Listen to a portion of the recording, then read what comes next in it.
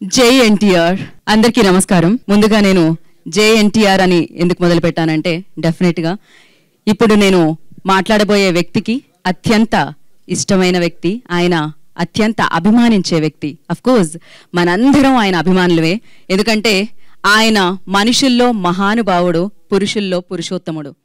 ఆయనే ఆనందం, ఆయనే అఖండం, ఆయనే అనంతం. సో అది సినిమా ఇండస్ట్రీ అయినా రాజకీయ రంగమైనా ఆయన పేరు తలిస్తే చాలు అదొక బలం వస్తుంది. జనరేషన్స్ ఎన్ని మారినా సో ఆ నట సార్వభౌమ నందమూరి తారక రాముడిని మనం ఎప్పటికీ మరవలేము. సో ఎంతోమంది అభిమానులు ఉన్నారు వారికి, మరి ఆ అభిమానుల్లో వీరాభిమాని నేను అంటూ ఉంటారు. అఫ్ కోర్స్ ఆయన ప్రొడ్యూసర్, దర్శకుడు కూడా. కాకపోతే ఈ రెండిటికంటే బాగా నన్ను అడ్రస్ చేయాల్సింది నందమూరి తారక రాముడి వీరాభిమాని అని చెప్తే నేను ఆనందపడతాను అంటారు. ఆయనే వైవిఎస్ చౌదరి గారు. అఫ్ కోర్స్ వారి చిత్రాల్ని మనం చూసాము, సెలబ్రేట్ చేసుకున్నాము, సూపర్ హిట్స్ ఇచ్చాము, బ్లాక్ బస్టర్ సక్సెస్లు ఇచ్చాము. ఆయన కూడా సినిమా ఇండస్ట్రీకి ఎంతోమంది టాలెంటెడ్ హీరోస్ని ఇంట్రడ్యూస్ చేయడం జరిగింది. సో లాహిరి లాహిరి లాహిరిలో అని వస్తే మనం ఆనందంగా వెల్కమ్ చేసి సూపర్ సక్సెస్ని ఇచ్చేసి ఇప్పటికీ అలానే సెలబ్రేట్ చేసుకుంటాం ఆ చిత్రాన్ని టీవీలో చూస్తే. అండ్ సీతయ్య, సీతారామరాజు, దేవదాసు, రేయ్, సలీం, సో ఒక్క మగాడు, ఇలా ఎన్నో అద్భుతమైన చిత్రాల్ని మనందరికీ అందించి సూపర్ సక్సెస్ని అందుకున్న వ్యక్తి వైవిఎస్ చౌదరి గారు. అయితే వైవిఎస్ చౌదరి గారితో పాటు ఇప్పుడు నేను మాట్లాడాలంటే గీతా చౌదరి గారి గురించి మాట్లాడాలి. సో ఆవిడ ఇప్పటి వరకు ఎలమంచిలి గీతా ప్రెజెంట్స్ అని ఈ చిత్రాలకి, నేను ఏదైతే పేరు చెప్పానో ఆ చిత్రాలకి ప్రెజెంటర్గా వర్క్ చేయడం జరిగింది. కానీ ఫర్ ఎ చేంజ్ అంటూ ఆవిడ ఫుల్ ప్లెజ్డ్గా ప్రొడ్యూసర్గా మారి మనందరి ముందుకి రాబోతున్నారు. సో ఆ వేడుకని ఇవాళ మనం సెలబ్రేట్ చేసుకుంటున్నాము. ఇంకా మాట్లాడదాం దీని గురించి. దానికంటే ముందు నేను తారక రాముడు గురించి చెప్పడం జరిగింది. వైవిఎస్ చౌదరి గారు ఏ చిత్రాన్ని తీసినా ఆయన పేరు తలవకుండా తీయరు. మరి ఇలాంటి ఒక మంచి విషయము అండ్ ఒక 10 అడుగులు అని చెప్పాలి. సో గీత గారు వేయబోతున్నారు కాబట్టి దానికి ముందుగా ఇవాళ ఎన్టీఆర్ ఘాట్ని వారు వెళ్ళి అక్కడ సందర్శించి అక్కడ వారిని ఒకసారి మళ్ళీ తలుచుకొని ఆయన్ని నమస్కరించి రావడం జరిగిందనమాట. So officially NTR at new talent rose at అనే బ్యానర్ ద్వారా గీత గారు ప్రొడ్యూసర్గా మారి ఆవిడ మోస్ట్ టాలెంటెడ్, మోస్ట్ డైనమిక్ డైరెక్టర్ని చూస్ చేసుకున్నారు. ఆవిడ ప్రొడ్యూసర్గా మారగానే దర్శకత్వం వహించడానికి వైవిఎస్ చౌదరి గారిని. డెఫినెట్గా చాలా చాలా చాలా అద్భుతంగా మనందరినీ అఫ్కోర్స్ మంచి మంచి చిత్రాలతో, ఆయన చిత్రాల్లో ఒక స్టైల్ ఉంటుంది హీరోస్కి, కానీ అప్పటికి ఇప్పటికీ మనం సెలబ్రేట్ చేసుకుంటున్నాం వాటన్నిటిని. అట్ ద సేమ్ టైం అప్పటికి ఇప్పటికీ వైవిఎస్ చౌదరి గారు కూడా సేమ్ ఉన్నారు. ఇందాక ఏవీలో చూస్తే ఏమాత్రం మార్పు లేదనమాట. సో ఆ ఎనర్జీ, ఆ డెడికేషన్ ఉన్న మనుషులు ఎప్పుడు ఆనందంగానే ఉంటారు, ఆనందంతో ఎప్పుడు ఒకేలా ఉంటారు, అద్భుతంగానే ఉంటారు అని మరొకసారి ప్రూవ్ చేశారనమాట. డెఫినెట్గా మళ్ళీ మనం ఎలా అయితే సెలబ్రేట్ చేసుకున్నామో వారి సినిమాల్ని ఇంతకుముందు, ఇప్పుడు మళ్ళీ ఆయన అంతే ఉత్సాహంతో అంతే ఎనర్జీతో మనందరి ముందుకి సినిమాని తీసుకొని రాబోతున్నారు అనమాట. సో ఎన్టీఆర్ ఎట్ అన్న బ్యానర్తో గీత గారి నిర్మాణంలో. సో అలాగే ఇవాళ ఒక అద్భుతమైన రోజు అని చెప్పాలి డెఫినెట్గా, ఎందుకంటే ఇవాళ మన బాలయ్య బాబు బర్త్డే. సో ముందుగా నందమూరి బాలకృష్ణ గారికి హృదయపూర్వకంగా ఆయన జన్మదిన శుభాకాంక్షలు తెలియజేస్తున్నాము. ఆయన కూడా ఇలానే ఎన్నో అద్భుతమైన చిత్రాలని అందించాలి, ఎన్నో అద్భుతమైన పుట్టినరోజు జరుపుకోవాలని మనస్ఫూర్తిగా కోరుకుంటున్నాము. మరి ఆలస్యం చేయకుండా ఇప్పుడు పిలిచేద్దాము the dynamic and the most talented and most dedicated director, producer, director and NT Rama Rao గారి వీరాభిమాని వైవిఎస్ చౌదరి గారిని వేదిక రాస్తుందిగా స్వాగతం పలుకుతున్నాము.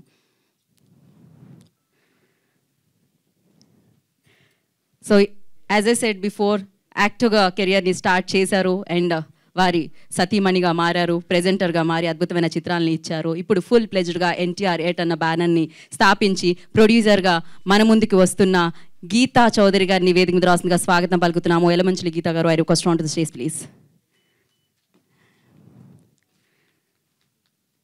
ఎస్, ముందుగా మీ భగవంతుణ్ణి తలుచుకొని అండ్ జ్యోతి ప్రజ్వలన చేసి మనం మన కార్యక్రమాన్ని ముందుకు తీసుకెళ్దాము. నందమూరి తారక రామారావు గారిని, అలాగే నందమూరి హరికృష్ణ గారిని, నందమూరి జానకిరామ్ గారిని ఒకసారి తలుచుకొని ఈ కార్యక్రమాన్ని ముందుకు తీసుకెళ్దాం. ఓం మూర్ధానం దివానదం మృదుజావైశ్వానర్మృదాజ జాతభక్త్యం కవిగంధం రాజమదితం జనానావాసన్నాపాత్రం జనయంత దేవా ఉత్తీభ్యస్తజాతవేదో భక్తం నిరృతిం మమ వసో గుహ్యమహ్యమావహ జీవనం చ दिशो दश अर्यमनं बृहस्पतिमिन्द्रं दानाय चोदय वाचं विष्णुकुं सरस्वतीकुं दवितारं च वाजिनं सोमकं राजानं वरुणिमग्निमन्वारभामहे आदित्यां विष्णुकुं सूर्यं ब्रह्माणं च बृहस्पतिम् उद्दीप्तजातवेदो भक्तं निरुतिं मम पचो गुह्यमह्यमावह जीवनं च दिशो दश अर्यमनं बृहस्पतिमिन्द्रं दानाय चोदय वाचं विष्णुकुं सरस्वतीकुं दवितारं च वाजिनं सोमकं राजानं वरुणिमग्निमन्वारभामहे आदित्यां विष्णुकुं सूर्यं ब्रह्माणं च बृहस्पतिम् अर्चत प्रार्चत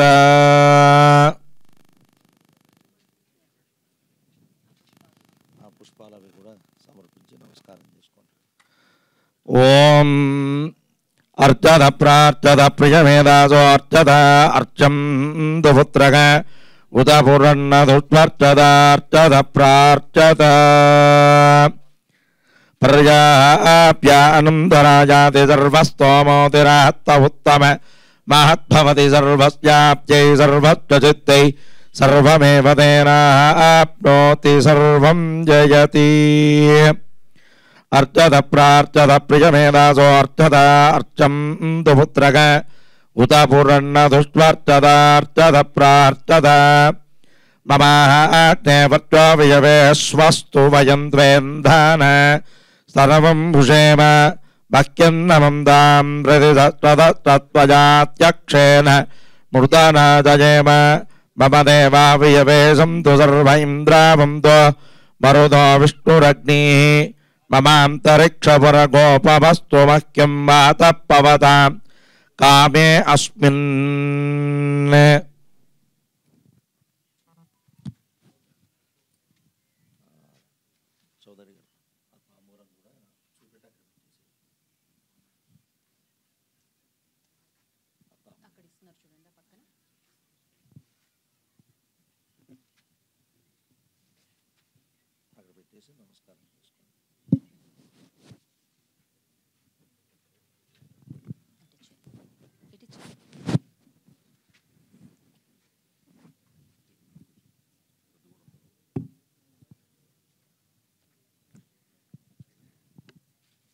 సో వారి ఆశీస్సులు ఎప్పుడు మనతోనే ఉండాలని మనస్ఫూర్తిగా కోరుకున్నాం. అండ్ మరి బ్యానర్ పేరు తెలిసింది, డైరెక్టర్ ఎవరో తెలిసింది, ఎంతోమంది టాలెంటెడ్ యాక్టర్స్ని హీరోస్ని పరిచయం చేసిన వైవిఎస్ చౌదరి గారు మరి ఈ చిత్రం ద్వారా ఎవరిని పరిచయం చేస్తున్నారు, ఇంతకీ ఈ చిత్రం యొక్క కథా నాయకుడు ఎవరు, కథని ముందుకు తీసుకెళ్లే ఆ నాయకుడు ఎవరు అనేది సో మనం తెలుసుకోవాల్సి ఉంది. అండ్ దానికి గాను ముందుగా the dynamic director YVS Chowdary గారిని మాట్లాడాల్సిందిగా కోరుకుంటున్నాము. ఈ రోజున ఇంతమంది పాత్రికేయ మిత్రులు, ఎలక్ట్రానిక్ మీడియా ప్రతినిధుల ముందు ఈ వేదిక మీద నేను నుంచోగలిగానంటే అది నా దైవం కింద భావించే నందమూరి తారక రామారావు గారి దివ్యమోహన రూపం చలువ అన్నమాట. ఆయన దివ్యమోహన రూపం నన్ను సినిమా వైపు నడిపించింది, ఆకర్షితుడిని చేసింది, నడిపించింది. సినిమా అంటే పిచ్చి పట్టేటి చేసింది. సినిమా రంగంలోకి పార్టిసిపేట్ అయ్యేటట్టుగా అంటే భాగస్వామ్యం అయ్యేటట్లుగా ఆ పిచ్చిని పరాకాష్ఠ వైపు నడిపించింది, సినిమా రంగంలోకి తీసుకొచ్చేటట్టు చేసింది. వచ్చిన తర్వాత అసిస్టెంట్గా, అసోసియేట్గా, కో డైరెక్టర్గా, దర్శకుడిగా, అలా తర్వాత తదుపరి నిర్మాతగా, అలా అంచెలంచెలుగా ఎదిగి ఎన్ని అంటే ఎగ్జిబిటర్గా, కో డైరెక్టర్గా, అదే మన ఎగ్జిబిటర్గా, పంపిణీదారుడుగా ఎన్ని శాఖలు నిర్వర్తిస్తూ ఎదిగినా కూడా ఎప్పటికీ నేను ఎన్టీ రామారావు గారి వీరాభిమానిని అని చెప్పుకోవడంలోనే నాకు ఆనందము, ఆ సంతోషము, ఆ గర్వంగా ఫీల్ అవుతుంటాను.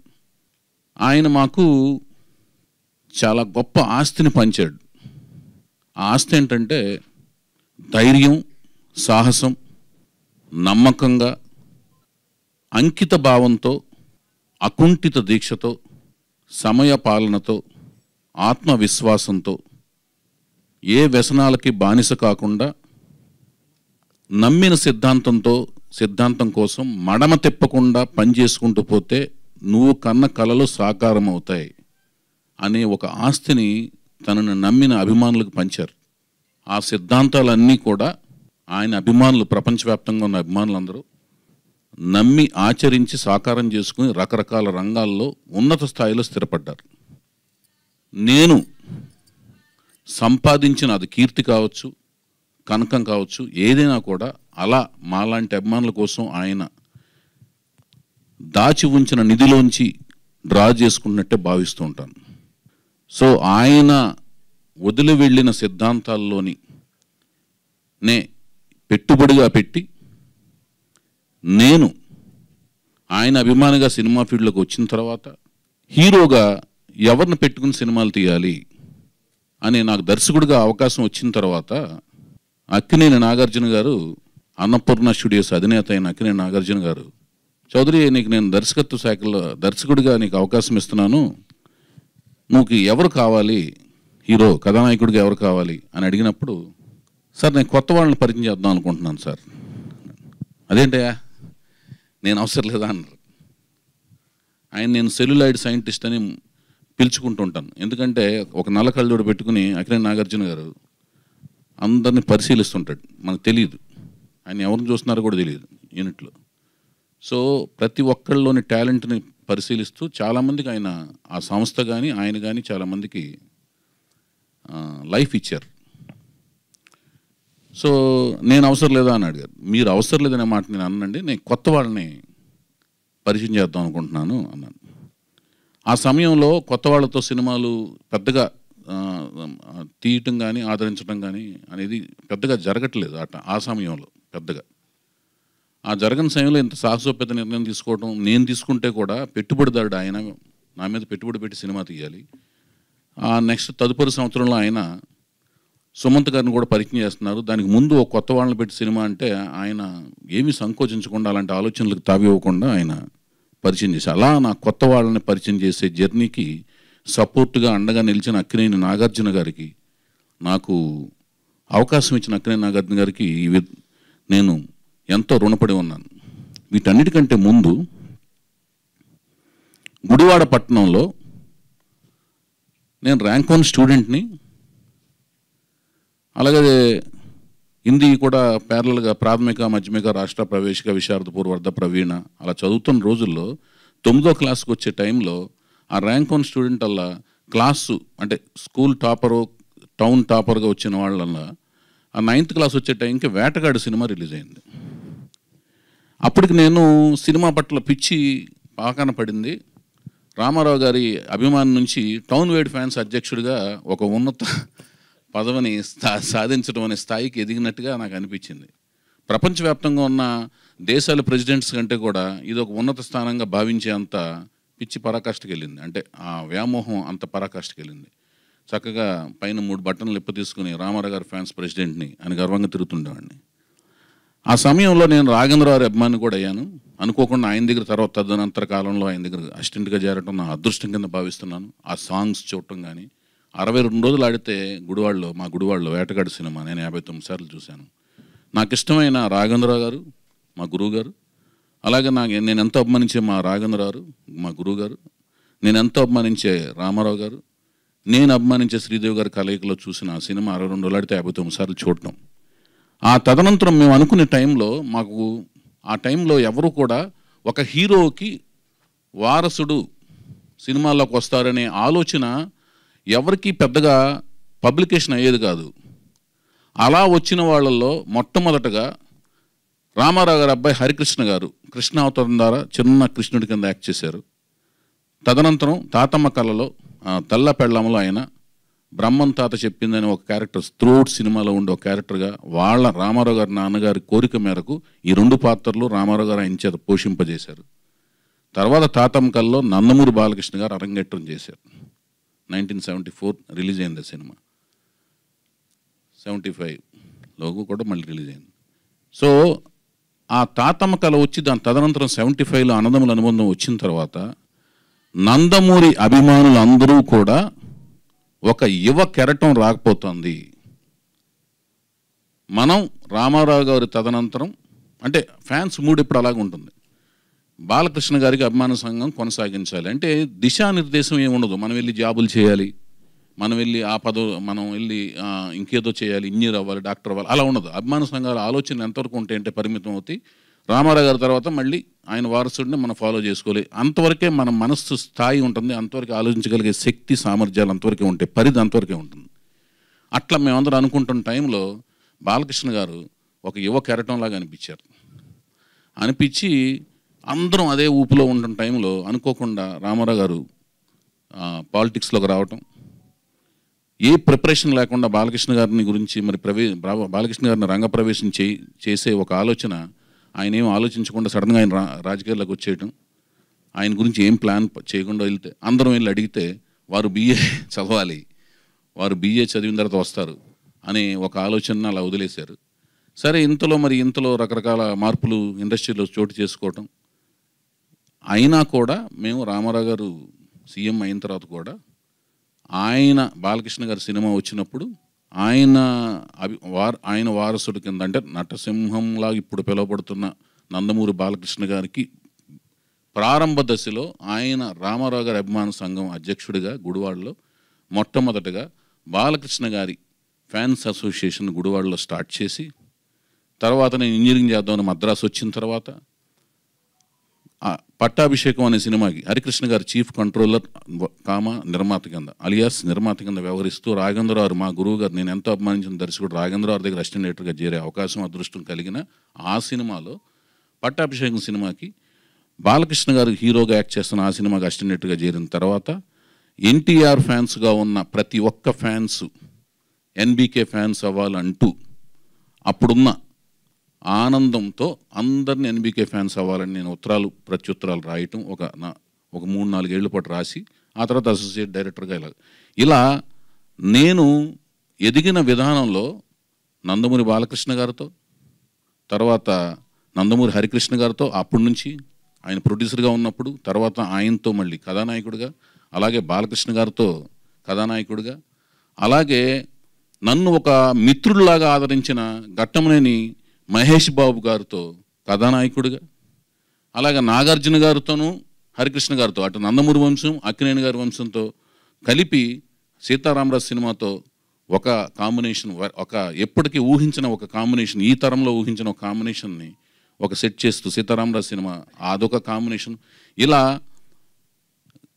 అన్ని రకాల కాంబినేషన్స్ అక్కినేని గారితో పనిచేసే అవకాశం కలగటం మొట్టమొదటి సినిమా అంటే ఒక సినిమా మొదటి సినిమాలోనే కొత్త నటీనటులు ఎక్స్ట్రీమ్ నటనలో పరాకాష్ఠలో ఉన్న అక్కినేని నాగేశ్వరరావుని బ్యాలెన్స్ చేస్తూ మొదటి సినిమాతోనే ఒక ఛాలెంజ్ జాబ్ చేయటం ఇలా వెళ్ళే ప్రాసెస్లో వస్తున్నప్పుడు మళ్ళీ నేను ఆదిత్యవం అంకితలను పరిచయం చేయటం రెండో జంట కింద దేవదాస్ సినిమాతో ఆ టైటిల్తో అమెరికాలో షూటింగ్లు జరుగుతుంటే అమెరికాలో షూటింగ్లు చేస్తే తెలుగు సినిమాలు ఫ్లాప్ అవుతాయి అనుకుంటుంటే దానికి ఎదురీది వెళ్ళి అమెరికాలో షూటింగ్ చేసి అనుకోకుండా అఖండ విజయాన్ని సాధించడం ఎంతో కష్టపడి దాని తర్వాత మళ్ళీ సాయి ధరమ్ తేజ్ మెగాస్టార్ పవర్ స్టార్ల మేనలుడు ఆయన్ని పరిచయం చేసి సాయి ధరమ్ తేజ్ని పరిచయం చేసే అదృష్టం కలగటం ఇలా కంటిన్యూగా జంటలను పరిచయం చేసే నా దృష్టిలో నెక్స్ట్ ఎవరిని పరిచయం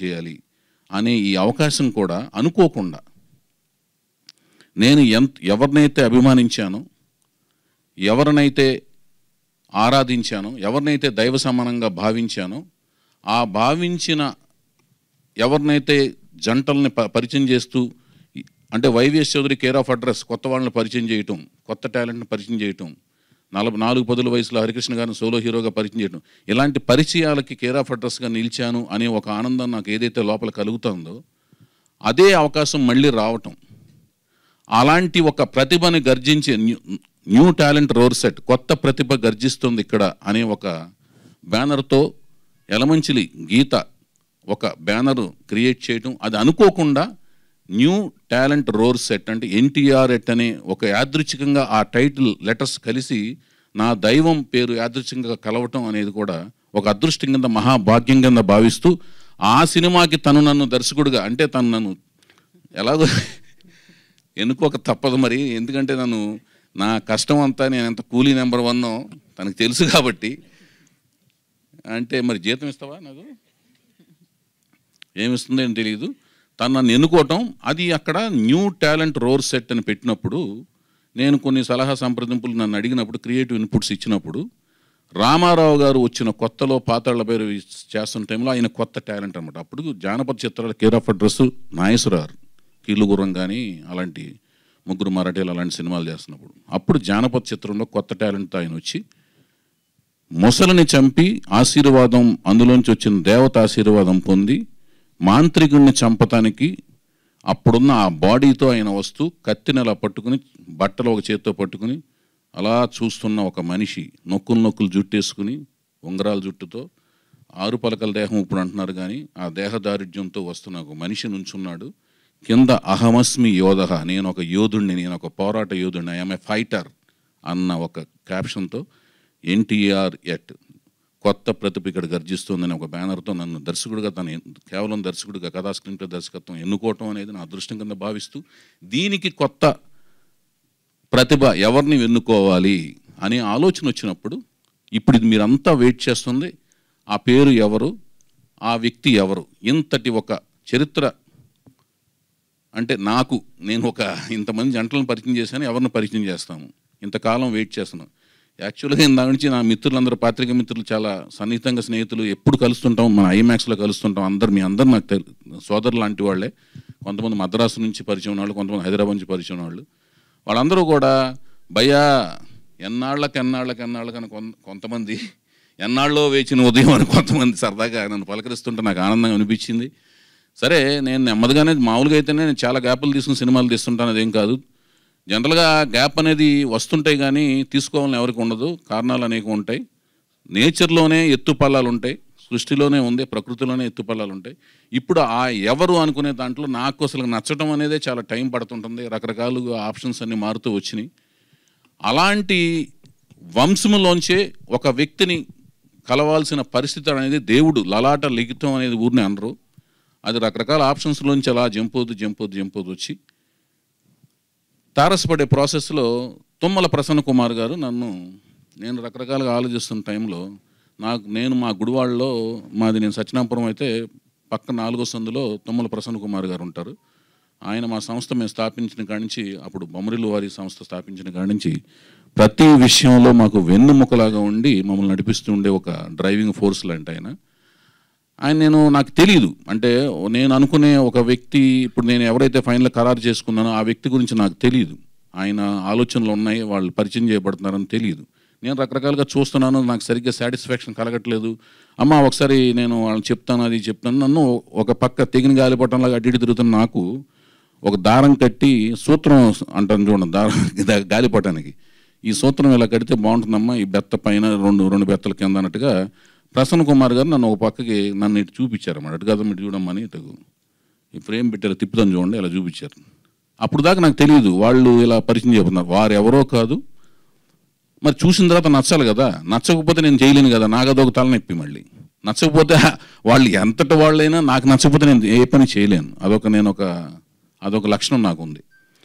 సో ఆయన ఎవరో కాదు, మీరందరూ రకరకాలుగా రాస్తున్నారు కానీ వాళ్ళు పెద్ద వాళ్ళైనా కూడా నచ్చకపోతే నేను చేయలేను, ఆ చిన్నవాళ్ళు అయితే అయినా కూడా నచ్చకపోతే నేను ఆగను. నేను అనుకున్నది డెఫినెట్గా చేస్తాను, నాకు నచ్చితే చాలు, ఎన్ని ఎదురెత్తులైనా ఎత్తాను. అది ఎవరి మాట వినడు సీతయ్య అనేది అది ఆ క్యారెక్టర్లోంచి నేను వచ్చాను. ఎందుకంటే అది మా రామారావు గారు ఇచ్చారు మాకు, అది రామారావు గారు ఇచ్చారు ఆ క్యారెక్టర్ మాకు. మడమ తిప్పకుండా పోరాటం చేయటం అని ఇందాక ముందే చెప్పాను, అదే ఇన్వెస్ట్మెంట్ మాకు. మా సిరి సంపదలన్నీ అని ఉంటే అవే క్యారెక్టర్ మాది.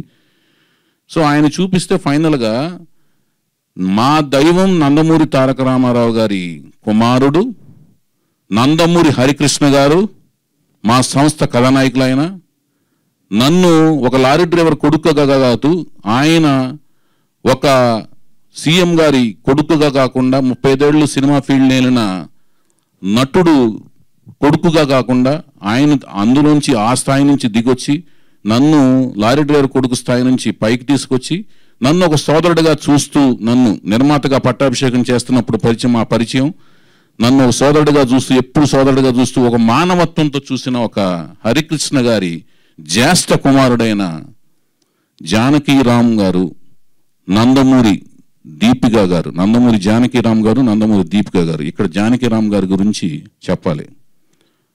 జానకీరామ్ గారు కామ్గా కనపడుతుంటాడు. ఎంత కామ్ అంటే, ఆ కాము మనకు ఎలా కనపడుతుంటారంటే ఎంతో మంచితనం కనపడుతుంటుంది. ఆయన చూస్తుంటే మనకి ఏమనిపిస్తుందంటే ఈయన చాలా మంచివాడు అనిపిస్తుంటుంది.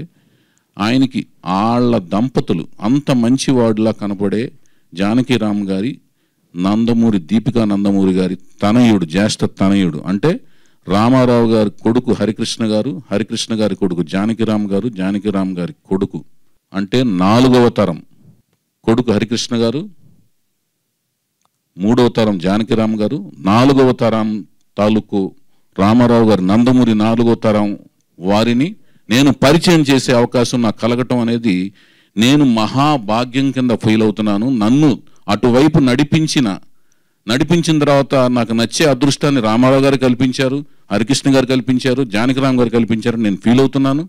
అటువైపు నడిపించిన తుమ్మల ప్రసన్న కుమార్ గారికి, ఆ దిశలో సహకరించిన బాలరాజు యాదవ్ గారికి, అందరికీ ధన్యవాదాలు తెలియజేసుకుంటున్నాను.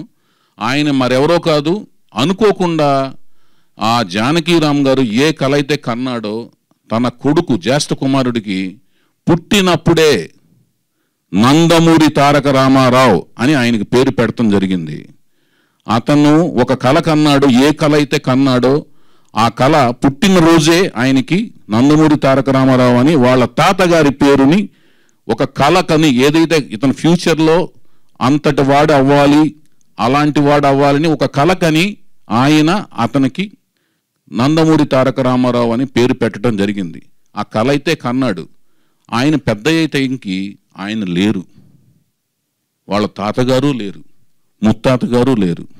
ఆ కళను సాకారం చేసుకోవాలంటే ఆ కుర్రవాళ్ళలో ఆ కోరిక ఉండాలి, బలీయంగా ఉండాలి, ఆహార్యం రావాలి, ఆ ముఖ కవళికలు రావాలి. అది గమనించిన ఒక అతని వైపు చూడాలి, అతన్ని ఎన్నుకోవాలి, ఎంపిక చేసుకుని ఒక సరైన ప్రాజెక్ట్ ద్వారా ప్రజల దగ్గరికి తీసుకెళ్ళాలి. ఆ ప్రజలు ఆ క్రియేటివిటీని, ఆ ప్రతిభని ఆదరించి అతనికి పట్టం కట్టాలి. ఇవన్నీ జరగాలి. ఇవన్నీ జరిగిన తర్వాత అతను ఒక నటుడి నుంచి ఒక తార, అంటే ఒక స్టార్ అవడం అనేది జరుగుతుందన్నమాట. ఆ కళ కన్నాడు. కళ కన్న తర్వాత మొట్టమొదటి నేను చెప్పిన స్టేజ్ ఏంటంటే ఆ కుర్రోడ్లో తపన ఉండాలి, ఆ మంచి లక్షణాలు ఉండాలి, ఆ ఆహార్యం ఉండాలి. అవన్నీ ఇంకొక దర్శకుడికి నచ్చాలి. ఆ దర్శకుడు అంతకుముందు ఇలాంటివన్నీ చేసి ఉండాలి, మంచి సబ్జెక్ట్ దొరకాలి. అవన్నీ కుదిరిని కుర్రవాడు మంచి లక్షణాలు ఉన్నాయి, వ్యసనాలు ఏమీ లేవు, మంచి కళ్ళు, చారిడేస్ కళ్ళని వర్ణిస్తాం కానీ పెద్ద కళ్ళు అనమాట, చక్కటి కనుబొమ్మలు, నవ్వితే చాలు ఆ నవ్వుకు పడిపోతారు. అట్లా ఉంటాడు ఆ కుర్రాడు. 5 అడుగుల 10 నుంచి 11 అంగుళాల మధ్యలో ఉంటాడు. మంచి దేహదారుఢ్యం, ద్రవిడియన్లాగా ఉంటాడు. చాలా బాగుంటాడు కుర్రాడు. ప్రసన్న గారికి మనసులోనే అమ్మయ్య అనుకున్నాను.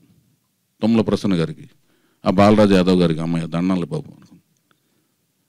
4వ తరాన్ని రామారావు గారు అంటే ఈ నందమూరి తారక రామారావు అనే పేరుని 4వ తరం వరకు అంటే ఇంకొన్ని ఏళ్ల పాటు కొనసాగించేందుకు దేవుడు, కాలము, ప్రకృతి శాసిస్తోంది అనే ఒక ఫీలింగ్ నాకు మనసులో కలిగింది. అభిమానులకి ఒక ఆనందకరమైన వార్తలాగా నేను ఫీల్ అయ్యాను. నందమూరి వంశాన్ని అభిమానించే అభిమానులకి చక్కటి ప్రవర్తన బాగుంది, నడవడిక బాగుంది.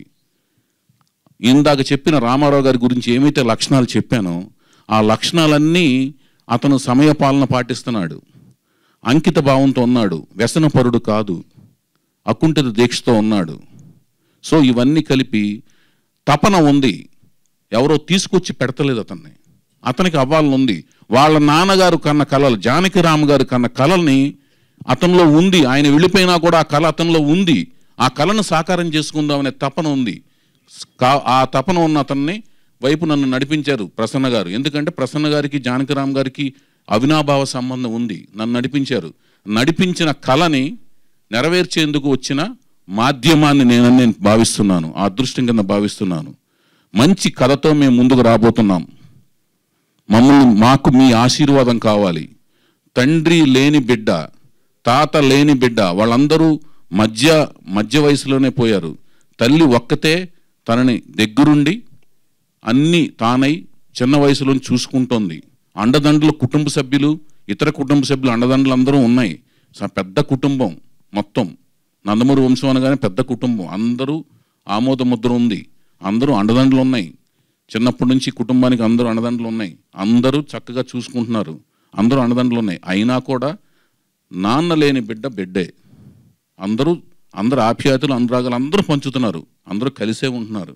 కలిసి ఉన్నా కూడా కన్న కలల్ని నిజం చేసేందుకు ఆ దేవుడు అప్పుడైతే హరికృష్ణ గారి నా తాతగారు ఒక కళ కంటే అది నేను అనుకోకుండా ఆ దేవుడు నేను వచ్చి ఆయన హరికృష్ణ గారిని సోలో హీరోగా నేను చేయడం కుదిరిందో, వాళ్ళ కొడుకు జానకిరామ్ గారి కన్న కళని నేను మళ్ళీ ఇక్కడే ఉండి వాళ్ళ కొడుకుని హీరో చేసే అవకాశం నాకు రావడం ఆ దైవ కృప కింద, అదృష్టం కింద భావిస్తున్నాను. నందమూరి తారక రామారావు అనే 4వ తరం పేరుని ప్రపంచానికి పరిచయం చేయటం నా అదృష్టం కింద భావిస్తున్నాను. I'm very much proud to introduce him to the Telugu silver screen. Geetha, you are lucky introducing him. And ఇక్కడ ఏంటంటే జానకిరామ్ గారు వెళ్ళిపోయిన తర్వాత దీపిక గారు లేకపోతే పెంపకం కూడా కరెక్ట్గా జరిగిందని నేను ఫీల్ అవుతున్నాను. లేకపోతే చిన్నపిల్లలకి అటు ఇటు తెలియకుండా ఏదన్నా పెంపకం అటు ఇటు అవ్వచ్చేమో మనకు తెలియదు కదా. అది తర్వాత ఇంకొకటి ఏంటంటే కథానాయకుడు వరకు అయ్యింది, కథానాయకును కూడా పరిచయం చేయాలి మేము. ప్రతిసారి నేను ఇప్పటి వరకు పరిచయం చేసిన కథానాయకులంతా ముంబై వెళ్ళారు. నాకు ముంబై అంటే అన్ని భాషలు దేశంలో ఉన్నవే, అన్ని భాషలకి ఆదరణ ఉండాలి. మనం అక్కడికి వెళ్ళి మన ప్రతిభను చాటుతున్నాం, వాళ్ళు మన ఆదరిస్తున్నారు, వాళ్ళు ఇక్కడికి వస్తున్నారు, వాళ్ళని మనం ఆదరిస్తున్నాం. అందరం ఒకటి, అందరం భారతీయులమే. కానీ ఈసారి నేను ఒక తెలుగు అమ్మాయిని, ఇంతమంది బొంబాయి వెళ్ళి నార్త్ ఇండియన్ అమ్మాయిలను పరిచయం చేశాను. ఈసారి డెఫినెట్గా తెలుగు అమ్మాయినే పరిచయం చేయాలని ఎప్పుడోంచి కళ్ళకు అంటున్నాను. ఆ కళలకు తగ్గట్టుగా ఒక మంచి తెలుగు అమ్మాయి కూడా నా కంట్లో పడింది. చాలా అద్భుతంగా ఉంటుంది అమ్మాయి. చక్కటి ముఖ కవళికలు, చక్కటి తెలుగుదనం, చక్కటి అందమైన ఫీచర్స్, మంచి కళ్ళు, చక్కటి కేసు సంపద, చక్కటి హైటు అన్నీ ఉన్నాయి. ఆవిడని కూడా మంచి ఇలాంటి ఒక అకేషన్ చూసుకుని ఆవిడని కూడా మీ అందరికీ పరిచయం చేయడం జరుగుతుంది. ఈ అకేషన్ ఓన్లీ నందమూరి తారక రామారావు గారికి కోసం, ఆ పేరుని పరిచయం చేయడం కోసం. అతను ఎవరో కాదు, మా రామారావు గారి ముని మనవడు, మా హరికృష్ణ గారి మనవడు. అది ఈ రోజున ఇంతకుముందు నేను చెప్తున్నా మా యువరత్న, నటరత్న వారసుడు, నటవారసుడు యువరత్న బర్త్డే రోజు, జన్మదినం రోజున అనుకోకుండా ఈ రోజున మేము ఇది ఆయనకి పండగ రోజైన ఈ రోజున, జన్మదిన రోజున ఈ విశేషాన్ని మేము ప్రకటింపజేసుకోవటం అనేది మా అదృష్టం కింద భావిస్తున్నాము. నందమూరి తారక రామారావు మా సినిమా హీరో. మా సినిమా అంటే నేను దర్శకత్వంలో చేయబోతున్నా. మా యలమంచిలి గీత ప్రొడ్యూసర్గా వ్యవహరిస్తున్నా. తనని వెనక నుంచి నడిపిస్తున్న అమెరికా ఫైనాన్షియర్స్ అండదండలతో నిర్మాతలు, ఈ నిర్మాతగా వ్యవహరిస్తున్న ఈవిడికి అమెరికా నుంచి అండదండలు ఇస్తున్న చాలామంది శ్రేయోభిలాషుల సన్నిహితులు వాళ్ళ యొక్క అండదండలతో నడిపిస్తున్న ఎగ్జిక్యూటివ్ ప్రొడ్యూసర్ ఎవరు? రమేష్ అత్తిలి గారండి ఈ మూవీకి ఎగ్జిక్యూటివ్ ప్రొడ్యూసర్. మా సన్నిహితులు, స్నేహితులు, శ్రేయోభిలాషులు అందరి అండదండతో మీ మూవీని మా ఫస్ట్ ప్రొడక్షన్ స్టార్ట్ చేయబోతున్నామండి. మీ అందరి ఆశీస్సులు ఉంటాయని మేము పూర్తిగా నమ్ముతున్నాం. Thank you. ఇలమ్మన్ గారు, దిస్ ఈజ్ వాట్ ఇప్పుడు so thank you so much. ఎక్కడ విన్నా ఎన్టీఆర్ పేరే వినిపిస్తుంది, బ్యానర్ పేరు ఎన్టీఆర్ ఎట్, అండ్ ఎన్టీఆర్ ఆ పేరుతో హీరో రాబోతున్నారు, న్యూ టాలెంట్ రాబోతుంది, 4వ తరం రాబోతుంది ఎన్టీ రామారావు గారి వైపు నుంచి, వారి ఫ్యామిలీ నుంచి. And congratulations. చెప్పండి. ఇంకొకటి ఉందండి, ఇప్పుడు అసలు ముఖ్యమైన విషయం ఏంటంటే నేను పరిచయం చేసేది నా కథని, పరిచయం చేసింది కథని ముందుకు తీసుకెళ్లే ముఖ్య భూమికని పోషించే కథానాయకుడిని, కథానాయకుడి యొక్క పాత్రధారుణ్ణి పరిచయం చేశాను, పేరుని. అతను ముఖ చిత్రాన్ని అన్ని పరిచయం చేస్తాను. మీరందరూ కూడా బాగా నచ్చుతుందని ఆశిస్తున్నాను, విశ్వసిస్తున్నాను. రెండోది, కథానాయకుని కూడా ఒక మంచి విశేషమైన వేడుకలో ఆవిడని కూడా మీకు పరిచయం చేస్తాను, పేరుని, ఆవిడ యొక్క చిత్రాన్ని కూడా, ఆవిడని కూడా. అట్ ది సేమ్ టైం నా సినిమాలకి అసలైన హీరో హీరోయిన్లు సంగీతం, సాహిత్యం. ఈ సినిమాకి సంగీతం అనేది చాలా పెద్ద పీట అన్నమాట. నేను చేయబోయే ఈ బ్యానర్ మీద నేను చేయబోయే నా చిత్రానికి సంగీతం ఒక కొత్త సంగీతం, అంటే అవుట్ ఆఫ్ ది బాక్స్ ఇవన్నీ చెప్పడం అనేది. ఎందుకంటే ఇవన్నీ చెప్పిన కానీ ఏంటంటే రకరకాలుగా మాట్లాడుకోవడం జరుగుద్ది. నాకు సంగీతం అంటే చాలా పిచ్చి అనమాట. అంటే అందరూ, అంటే కేపాప్ కాడి నుంచి అన్ని రకాల వరల్డ్ రిలీజియన్, అన్ని రకాల సంగీతాలు, అది ఏఆర్ రెహమాన్ గారు కావచ్చు, ఇళయరాజా గారు కావచ్చు, నేను ఎంతో ఇష్టపడే కీరవాణి గారు కావచ్చు, నా అభిమాన దర్శకులు, సంగీత దర్శకులు కీరవాణి గారు కావచ్చు, ఎవరి మ్యూజిక్ అయినా వచ్చిన వెంటనే వింటాను. సంగీతం ఎప్పుడు కూడా ఒకసారి వినకూడదు. ఏ పాట అయినా సరే 2-3 సార్లు వింటే దాంట్లోని అసలైన పలుపు తెలుస్తుంటుంది. అలాంటి సంగీతం, సాహిత్యం వాళ్ళని పరిచయం చేసే వేదిక ఈ సినిమాకి ముఖ్యం అనమాట. ఎందుకంటే కొత్త వాళ్ళతో సినిమా తీసేటప్పుడు సంగీతం, సాహిత్యం అనేది నిజమైన హీరోయిన్ల కింద లెక్క నా దృష్టిలో. వాళ్ళిద్దరూ ఎవరు, ఆ కథానాయకుడు ఎవరు, సాహిత్యం అనే కథానాయకు ఎవరు అనేది కూడా వాళ్ళ ద్వారానే ఒక మంచి వేదికలో మిమ్మల్ని పరిచయం చేయడం జరుగుద్ది. అది ఒక ముఖ్యమైన విశేషం. వాళ్ళు మాత్రం మహానుభావులు, ఈ సినిమాకి వాళ్ళు మహానుభావులు అవుతారు. నేను ప్రకటించిన వాళ్ళు, వాళ్ళ యొక్క నాలెడ్జి, జ్ఞానము, విజ్ఞానము ఈ సినిమాకి కొండంత అండా, శ్రీరామ రక్షగా నేను భావిస్తున్నాను. ఎందుకంటే వాళ్ళే నడిపించాలి ఈ సినిమాని. అంతటి బరువు బాధ్యతలు వాళ్ళ మీద ఉన్నాయి. వాళ్ళని కూడా నేను ఎప్పటికీ ఈ సినిమాకి సాహిత్యాన్ని, సంగీతాన్ని అందించే ఇద్దరు ఎవరైతే ఉన్నారో వాళ్ళకి జీవితాంతం ఉన్నప్పుడు ఉంటాను. అంతటి విశేషం ఉంది ఈ సినిమాలో వాళ్ళకి, వాళ్ళ ప్రాముఖ్యత, వాళ్ళ పాత్ర. అది. Thank you so much sir. Thank you. ఇవాళ బాలేబాబు గారు పుట్టినరోజు, మరి కేక్ కటింగ్ చేయాలి కదా, సెలబ్రేషన్స్ జరగాలి కదా. So for that actually cake తీసుకునండి. అండ్ అంతకంటే ముందు ఈ కథకి కథానాయకుడి వైపుకి దర్శకుడిని నడిపించిన మన ప్రసన్న కుమార్ గారిని వేదిక రాష్ట్రంగా స్వాగతం పలుకుతున్నాము. ప్రొడ్యూసర్ కౌన్సిల్ నుంచి ప్రసన్న కుమార్ గారు, I request on to the stage please. అలాగే ఏ సినిమాకైనా ఒక ఫోర్స్ లాగా అండ్ సినిమా ప్రమోషన్స్కి ఒక సోర్స్ లాగా ఉండే పిఆర్ఓస్ వంశీశేఖర్ గారిని వేదిక రాష్ట్రంగా స్వాగతిస్తున్నాము. ఐ రిక్వెస్ట్ వంశీశేఖర్ గారు on to the stage please. YVS Chowdary గారి బ్రదర్ మధు గారిని వేదిక రాష్ట్రంగా స్వాగతిస్తున్నాము. వీళ్ళు వయసులో నాకంటే పెద్దవాళ్ళు. వంశీశేఖర్ గారు వాళ్ళు నా అన్న కింద లెక్క. నా తమ్ముడేమో మధు, తిరుపతి మధు తమ్ముడు మధు రామా. ఒక్క నిమిషం అండి, నేను ఇండస్ట్రీకి వచ్చి 10 ఏళ్ళు అయిందండి. ఇంకో 30 ఎక్కడ ఉన్నాయండి? అది 30 ఏళ్ల క్రితం, ఇంకో 10 యాడ్ చేస్తే అండి అది. ముందైతే మనం కేక్. సో నటసింహం నందమూరి బాలయ్యబాబు గారి జన్మదిన వేడుకలు జరుపుకుంటున్నాం మనం. ఎన్టీఆర్ ఎట్ లోగో ఆవిష్కరణ వేడుకలో ఇవాళ నందమూరి బాలయ్యబాబు గారి పుట్టినరోజు వేడుకలు జరుపుకుంటున్నాం.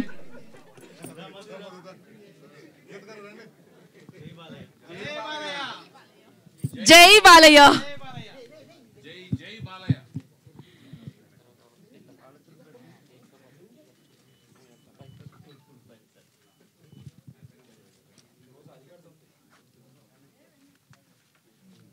సో బాలయ్యబాబు గారికి మరొకసారి జన్మదిన వేడుకలు శుభాకాంక్షలు, జన్మదిన శుభాకాంక్షలు తెలియజేసుకుంటున్నాం.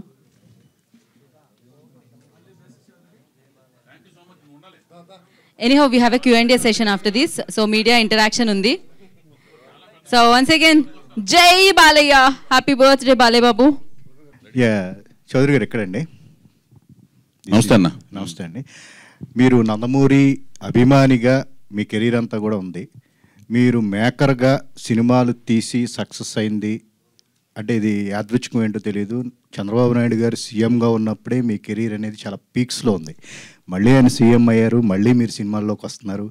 సో ఏంటి దీని గురించి ఏమంటారు? ఫస్ట్ అవన్నీ యాదృచ్ఛికం అని మీరే చెప్పారు కదా సార్. అట్లా అనుకోవటంలో ఆనందం ఉంది, మీకు ఉంది ఆనందం ముందు. నాకేమో ఏదైనా కష్టపడకపోతే ఏది రాదండి. అక్కడ ఆయన ఎంతో కష్టపడతారు, ఓడిపోయిన వాళ్ళు కష్టపడతారు, గెలిచిన వాళ్ళు కష్టపడతారండి. నేను ఫ్లాప్ అయిన ప్రాజెక్టులకి కష్టపడ్డాను, గెలిచిన ప్రాజెక్టులకి అంటే సక్సెస్ఫుల్ ప్రాజెక్టులకి అంతే కష్టపడ్డాను. సో క్వైట్ కామన్ అండి, నాకంటే వేరే అలవాట్లు లేవు. సినిమా అంటే పిచ్చి, కష్టపడుతుంటాను. అందులో సొంత ప్రాజెక్టులు కదండి, ఫ్లాప్ అయినా డబ్బులు పోతుంటాయి. సో కష్టపడి పోగొట్టుకోవాలని ఉండదు కదా. దశాబ్ద కాలం ఆల్మోస్ట్ 2015 తర్వాత మళ్ళీ మీరు సినిమా చేయలేదు. ట్రెండ్ మారిపోయింది, బడ్జెట్లు మారిపోయినాయి, పెరిగిపోయినాయి. సో ఇదంతా అనలైజ్ చేసుకుంటే ఇప్పుడు సినిమా తీసే విషయంలో మీరు మీ మేకింగ్ స్టైల్ కూడా మార్చుకోవాల్సిన అవసరం ఉందో, ఆ స్టైల్లోనే మీరు సినిమా దిగిపోతున్నారు ఎట్లాగా? అంటే నేను 1983లో మద్రాసు ట్రావెల్ చేశాను. అప్పటి నుంచి సొసైటీ వదిలేశాను. అంటే మీరు అనుకున్న సొసైటీ అంటే ఆంధ్రప్రదేశ్ని వదిలేసి తమిళనాడు వెళ్ళిపోయాం, ఏకంగా స్టేటే మారిపోయాం. కానీ సినిమాలు చూస్తూనే ఉన్నాం. కానీ నేను ఎప్పుడు డైరెక్టర్ అయ్యాను? 98లో అయ్యాను. సక్సెస్ఫుల్ సినిమాలు ఇచ్చాను కదా. ఇప్పుడు 2006 వరకు మీరు అనుకున్న దశలో వరుసగా 6 హిట్లు ఇచ్చాను కదా. సొసైటీకి దూరంగా ఉన్నప్పుడు ఇచ్చాం కదా. అది అట్లా ఉండదు.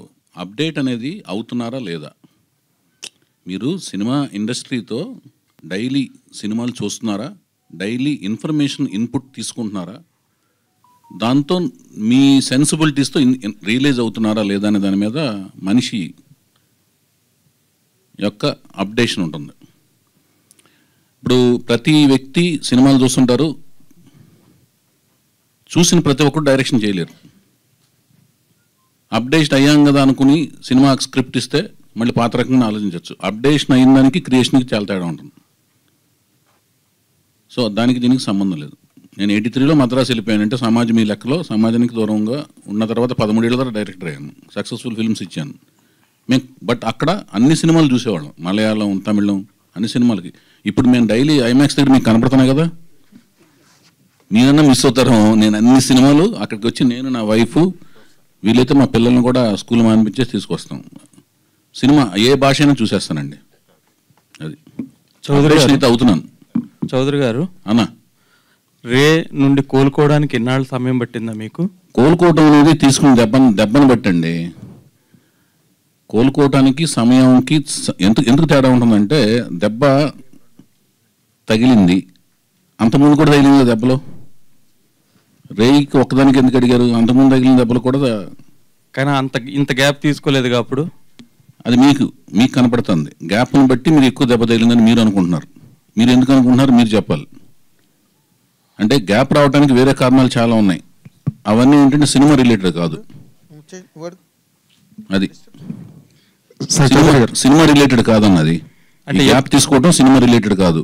మధ్యలో రెండేళ్ళేమో కరోనా వలన సినిమా ఫీల్డ్లో స్తబ్దతగా ఉంది. ఆ కరోనా టైంలో కూడా ఆల్రెడీ రన్నింగ్లో ఉన్న ఫిల్మ్స్ తర్వాత 1.5-2 years పట్టింది. ఆ టైంలో నేను సినిమా స్టార్ట్ చేయలేదు కాబట్టి దానివల్ల 4 ఏళ్ళు సినిమాలు ఎవరు తీయలేదు. కరోనా టైంలో తీయని వాళ్ళందరూ కూడా 4 ఏళ్ళు ఆగిపోయారు. అది 4 ఏళ్ళు తీసేయచ్చు. నేను రేయి వలన రేయి తర్వాత 4 ఏళ్ళు గ్యాప్ ఉంది. అందులో 2 ఏళ్ళు గ్యాప్ జెన్యూను, 2 ఏళ్ళేమో నేను రేయి సినిమా ఎఫెక్ట్ 2 ఏళ్ళు ఉంటుంది, 1.5-2 years. నాకు సినిమాకి 2 years గ్యాప్ జనరల్ కావాలి. నేను రెడీ అయ్యాను, రెడీ అయ్యే టైంకి కరోనా వచ్చింది. అంటే ఇప్పుడు ఎన్నాళ్ళ నుండి కథానాయకుడిని వెతుకుతున్నారు మీరు? కథానాయకుడిని రేయికి ముందు, కరోనాకు ముందు నుంచి దాదాపు 2018 ఎండ్ నుంచి ఎతుకుతున్నాను. అంటే అప్పటికి మీ దగ్గర కథ ఉందా? కథ ఉంది. కథలోని రూపాలు మారుతుంటాయి. కథ వాళ్ళు అనుకున్నాను అనుకోండి, ఇప్పుడున్న కథకు కూడా రేపెల్లుండు దానిలోని చేంజెస్ చేసుకుంటూ ఉంటాం. ఇప్పుడు కేజీఎఫ్ సినిమా వచ్చిందండి. కేజీఎఫ్ అనేది ఒక ట్రెండ్ అనుకుంటే నెక్స్ట్ కాంతార కథ వచ్చి మీకు చెప్పాను అనుకోండి, మీరే ప్రొడ్యూసరు. మా కేజీఎఫ్ టైంలో కాంతార కథ చెప్తున్నాడు ఇంటర్వ్యూడు, పూనకం అంటున్నాడు, అడవిలోకి వెళ్ళి మాయమైపోతాను అంటున్నాడు. ఎలా చూస్తారు ఈ సినిమా? వీడి కదా పిచ్చి పట్టింది అనేసి మీరు ఒప్పుకోరు. అది కేజీఎఫ్ ట్రెండ్లో ఉంటే కాంతార లాంటి కథ చెప్పి మనుషులు ఈ రోజుల్లో మాయమైపోవటం ఏంటి? అడవిలోకి వెళ్ళి పిచ్చి పట్టింది ఇలాంటి కథలు చెబుతున్నాడు అనుకుంటారు. కానీ థియేటర్లో కూర్చొని చూస్తేనే దాన్ని ఊహించలేరు. ఇన్వెస్టర్ దాన్ని ఊహించలేడు. డైరెక్టర్ కెన్ ఇమాజిన్, ఆ తర్వాత ఇన్వెస్టర్ కెన్ ఇన్వెస్ట్, లేకపోతే డైరెక్టర్ కెన్ ఓన్లీ ఇన్వెస్ట్. నా సినిమాలకు ఎక్కువ శాతం నేనే ఇన్వెస్టర్, నేనే క్రియేటర్.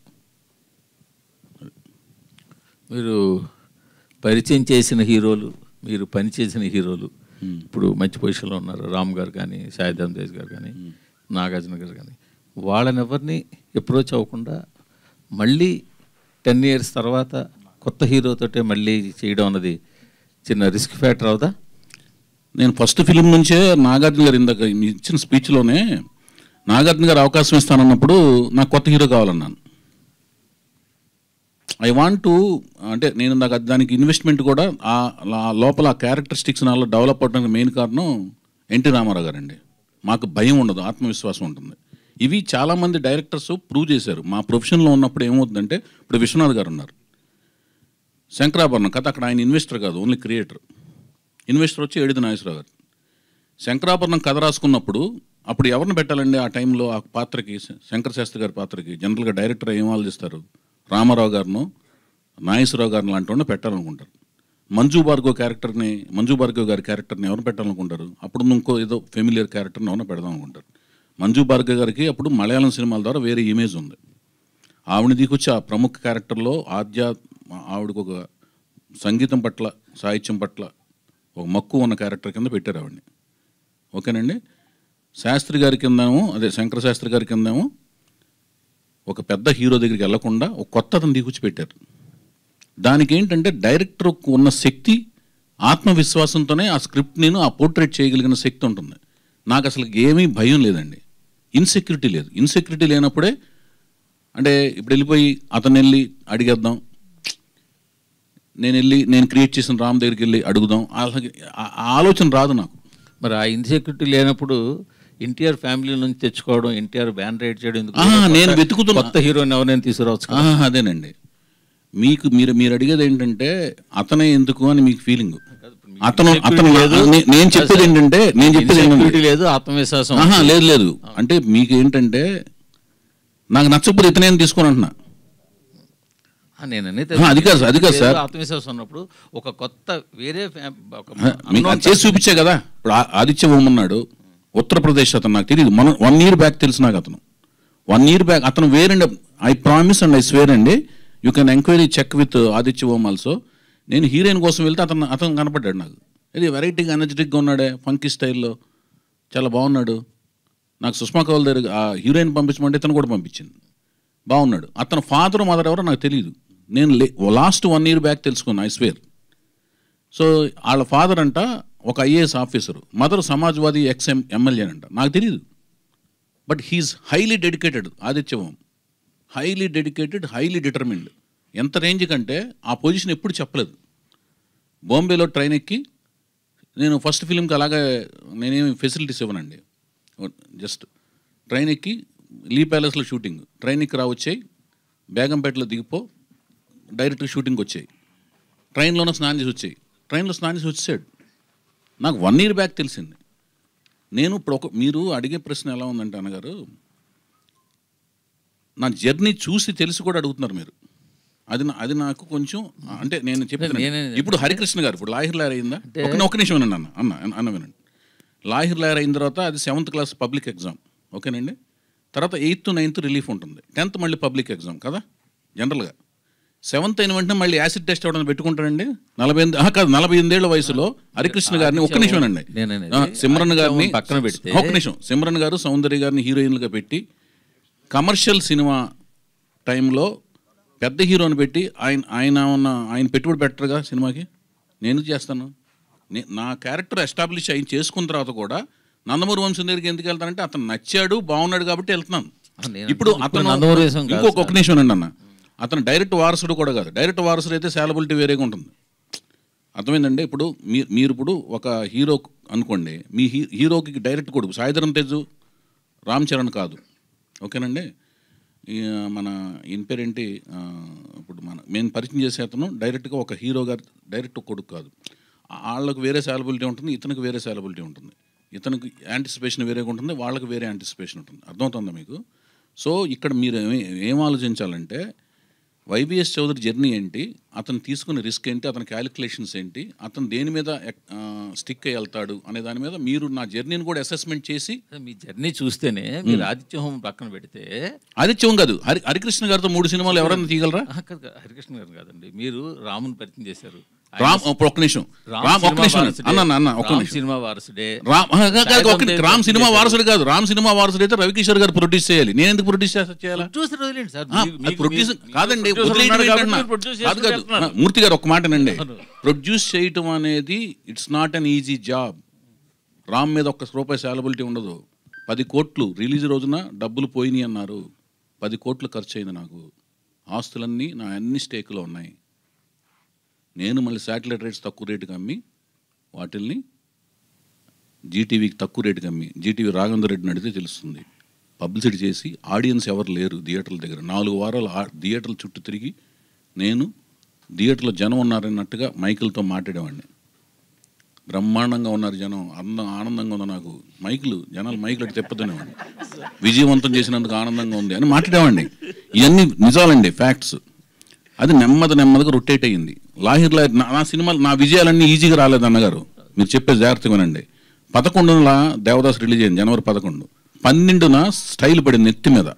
స్టైల్ ఏంటంటే ఇండస్ట్రీలో ఫస్ట్ ఆఫ్ ఇట్స్ కైండ్ లాగా చిరంజీవి గారు గెస్ట్ అపిరెన్స్, ఒక మాస్, పెద్ద బిగ్గెస్ట్ మాస్ హీరో, ఒక బిగ్గెస్ట్ క్లాస్ హీరో నాగార్జున గారు గెస్ట్ అపిరెన్స్, లారెన్స్. స్టైల్ పడింది, దెబ్బ కుదేలైపోయింది నా సినిమా. 11వ తారీఖు రిలీజ్ చేయరు. యాక్చువల్గా లవ్ స్టోరీలు చూసే సీజన్ సంక్రాంతి సీజన్ కాదు, లవ్ స్టోరీలు వెళ్ళరు. 12 స్టైల్ నా సినిమా పడుకుంది. 13 చుక్కల్లో చంద్రుడు, ఆఫ్టర్ నువ్వు వస్తానంటే వద్దంటాను, హార్ట్ థ్రోబ్ అనమాట సిద్ధార్థ. నా యూత్ కూడా వెళ్ళిపోయారు, నా దగ్గర థియేటర్ దగ్గర జనాలు లేరు. 13న లక్ష్మి, పొంగల్, కరెక్ట్గా పొంగల్ సినిమాది.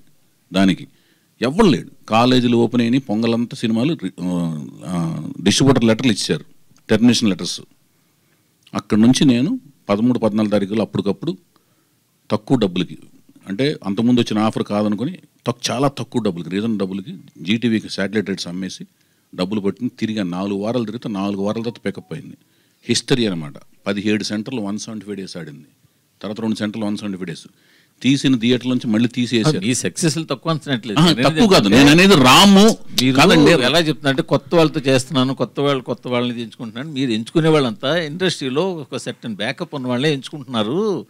లాహిర్ ఎలాంటి సినిమాలు మీరు ఎన్టీఆర్ అభిమానం మీకు ఉంది, కానీ దాన్ని ఎక్కువగా చెప్పి అంటే దాన్ని కూడా సినిమాకి వాడుతున్నట్టుగా అన్ని అంటున్నాను. కాదు కదా, మీరు అంటాం కాదు, మీరు గుర్తించట్లేదని నేను అంటున్నాను. లాహిరి హరికృష్ణ గారు ఈనాటే మెయిన్ స్ట్రీమ్ ఒక జంట. హరికృష్ణ గారు భానుప్రియ గారు ఇప్పుడు సీరియల్స్లో యాక్ట్ చేస్తున్నారు. హరికృష్ణ భానుప్రియ ఒక జంట.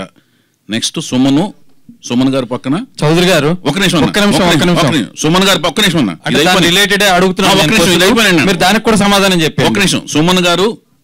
సుమన్ గారు పక్కన రచన గారు, ఇద్దరికి ఇన్నింగ్స్ అయిపోయింది.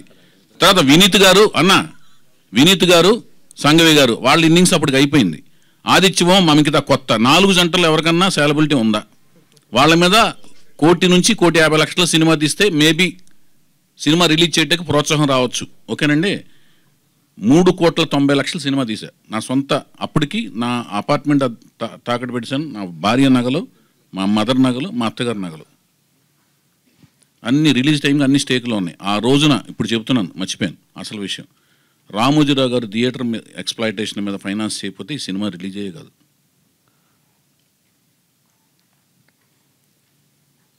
నేనన్నీ ఏటుకి ఎదురీది చేసిన యుద్ధాలే.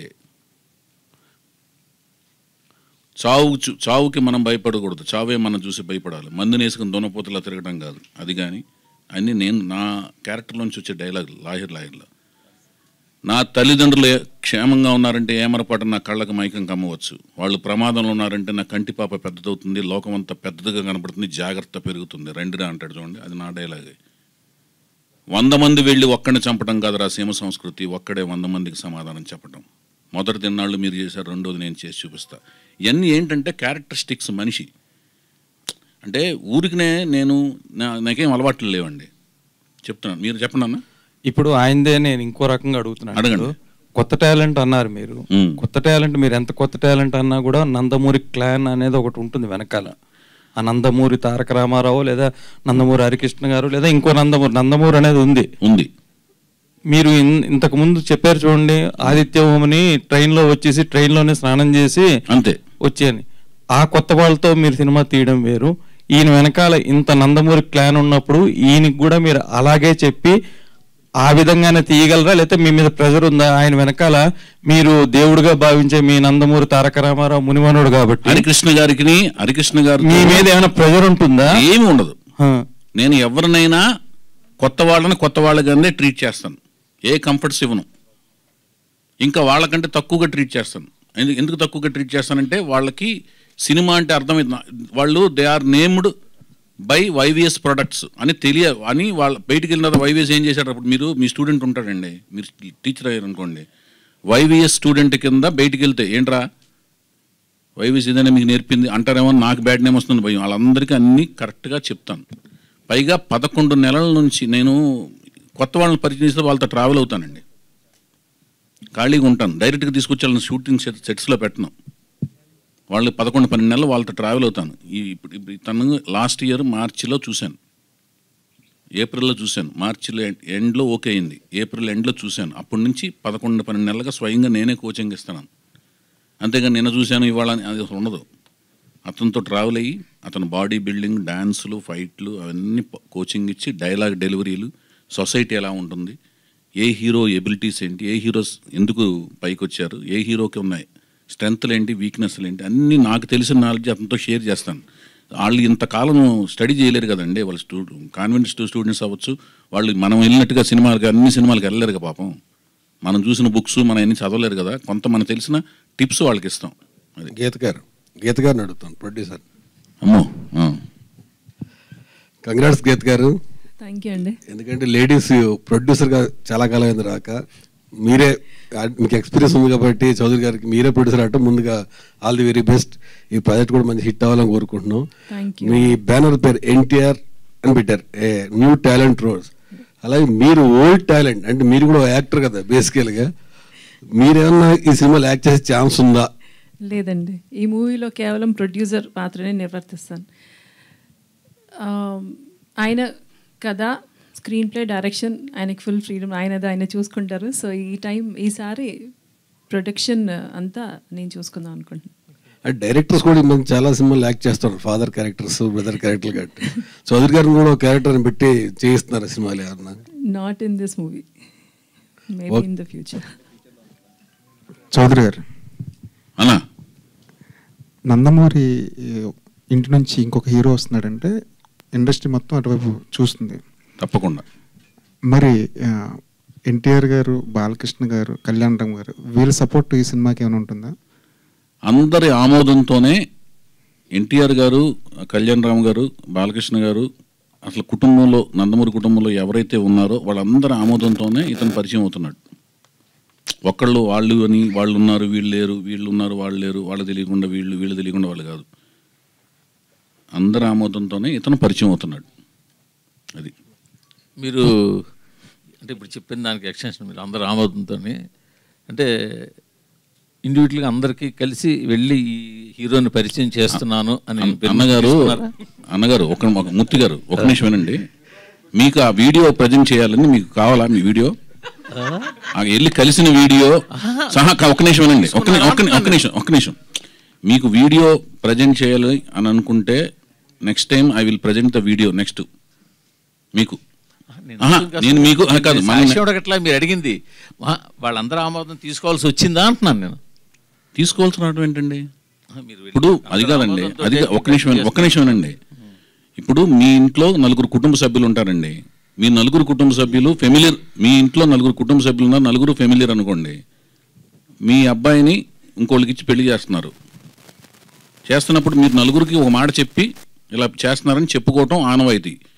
మీ 4లో ఒక ఆనవాయితీ ఉన్నప్పుడు ఈ అబ్బాయికి పెళ్లి చేస్తున్నానండి అని మీ 4 చెప్పుకుంటారు, చెప్పరా మీరు? ఈవిడెళ్ళి వాళ్ళకి బ్లెస్సింగ్ తీసుకుంటుంది కదా. అదే అందరి కుటుంబ సభ్యుల మధ్యన జరుగుతుంటుంది. అందులో వైఫో తండ్రో తల్లో లేదనుకోండి, ఇంక ఎక్కువ వాళ్ళ ఆశీస్సులు ఉంటాయి. అర్థమవుతుందండి? పాపం అనగానే అందరి బ్లెస్సింగ్స్ ఇంకెక్కువ ఉంటాయి. వైవిఎస్ గారు ఒక క్వశ్చన్. ఇప్పుడు నేను ఎందుకు అంటే కాదండి, నేను వెళ్ళి అడగటం అంటే నాకు అర్థం కాలే. మీ క్వశ్చన్ కరెక్ట్గా అడగండి అన్న.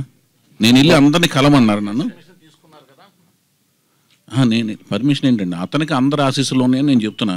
నేను వెళ్ళి పర్మిషన్ ఏం అంటే ఎన్ఓసి సర్టిఫికేట్ అడుగుతున్నారు మీరు. మూర్తి గారు లొకేషన్ పర్మిషన్ ఒక్క నిమిషం అండి. వాళ్ళ ఆశీస్సులు ఆయనకు ఉన్నాయి సార్. నేను వాళ్ళ ఆశీస్సులు అతను హీరో అవటానికి ఆశీస్సులు ఉన్నాయి. తర్వాత ప్రతి సినిమాకి వెళ్ళి డైరెక్టర్ వెళ్ళి అందరికీ ఇప్పుడు వాళ్ళు తీసుకోరు సార్. అతను హీరో అవటానికి వాళ్ళ ఆశీస్సులు ఉన్నాయి, నటుడు అవటానికి ఆశీస్సులు ఉన్నాయి. ప్రతి డైరెక్టర్ వెళ్ళి వాళ్ళకి సబ్జెక్టులు అవి చెప్పరు, నువ్వు అమ్మంటారు అంతే, వాళ్ళు అయిపోతారు. అర్థమవుతుందన్నా? నువ్వు ఏ టెక్నీషియన్ పెట్టుకుంటున్నావు, వాళ్ళు అందరూ వెళ్ళిపోయి ముగ్గురికి చెప్పడం అని చేయరు అంటున్నాను. అది ఆ పద్ధతి కూడా కాదు. అది ఆ టెక్నీషియన్ లిబర్టీ ఈజ్ ఎంటైర్లీ అందరి దగ్గర. అదిగా మూర్తి గారు అది కాదన్నా, ఒక్క నిమిషం అన్న. పెళ్లి కూతురు ఒక్క నిమిషం మూర్తి గారిని మాట్లాడినామండి. ప్లీజ్ దయచేసి అన్న నా మాటేనండి. మూర్తి గారు నేను చెప్పేదనండి, నేను ఇందాక సబ్జెక్ట్కి వస్తున్నా. పెళ్లి కూతురు మీ అమ్మాయి అయినప్పుడు మీ అమ్మాయి వాళ్ళందరూ ఆశీస్సులు తీసుకుంటుందండి. పెదనాన్నది, బాబాయిది, వాళ్ళది. ఓకేనండి? పెళ్లి కొడుకు వెళ్ళి ఏమండి మీ అమ్మాయిని చేసుకుంటున్నాను, ఏమైనా నేను చేసుకుంటున్నాను, వీళ్ళందరి దగ్గరికి వాడు వెళ్ళదు. ఆశీస్సులు కాదండి మీకు. నేను చెప్పేది మీకు అర్థం కాలేదండి. అతను ఒక్క నిమిషం బాబు భయ్యా నాగేంద్ర ఒక్క నిమిషం అన్న నాగేంద్ర గారు, నేను సీతయ్యని. I can answer anything. మీరు ఉండండి, మీరు ఆవేశపడకండి అన్న నాగేంద్ర అన్న మీరు నా బ్రదర్. ఈయన ఈ మూర్తి గారు నా అన్న. ఒక్క నిమిషం అన్న. అది ఏంటంటే ఎలా ఉంటుందంటే అతనికి వాళ్ళందరూ ఆశీస్సులు ఉన్నాయన్న. ఓకేనా? ఒక్క నిమిషం, అందులో డౌట్ లేదు, అది డౌట్ లేదు కదా, అంతే. అది నేనెవరిని కాదు వాళ్ళ. ఒక్క నిమిషం అండి అన్న ఒక్క నిమిషం అండి. నేను సీతయ్యనన్నా, మీకు వద్దు. నేను సీతయ్యని, నేను రామాయణ కాదు. నేను సీతయ్యని. వైవేష్ గారు ఒక ప్రశ్న అండి. వైవేష్ గారు, చౌదరి గారు, ఇలాగా ఇండస్ట్రీలో చాలా మంది టీడీపీ సపోర్టర్స్ ఉన్నారు, అందులో మీరు కూడా ఒకరు.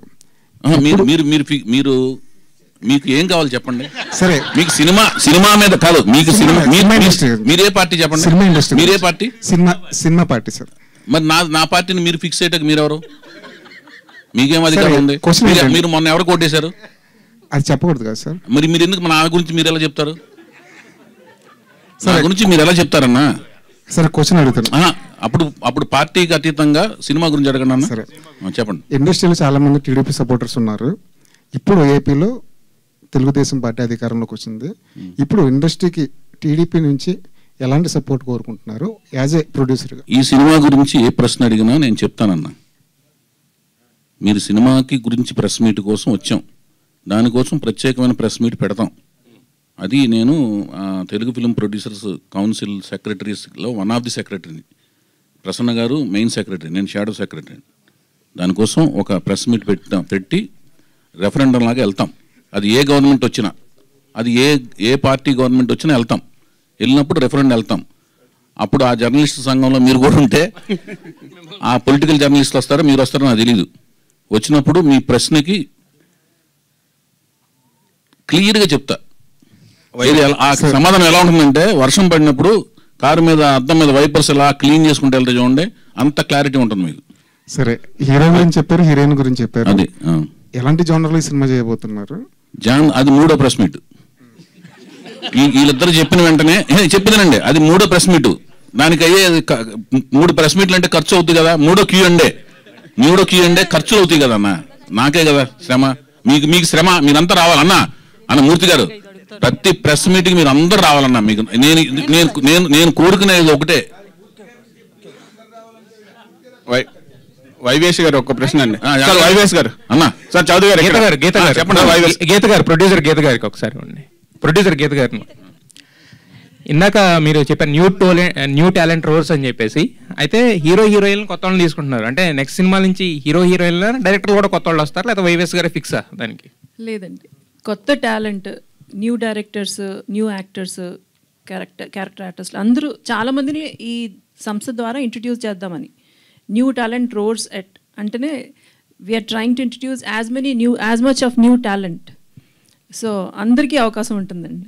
చౌదరి గారు అయితే యాక్చువల్గా ఇందాక మీరు చెప్పారు ఎన్టీఆర్ అని చెప్పి, ఆల్రెడీ ఎన్టీఆర్ గారు ఉన్నారు, జూనియర్ ఎన్టీఆర్, మళ్ళీ ఎన్టీఆర్. అంటే మరి ఇంకేమైనా కొత్తగా ఏమైనా యాడ్ చేస్తారా? ఎన్టీఆర్ అనగానే మనకి తెలియదు కదా.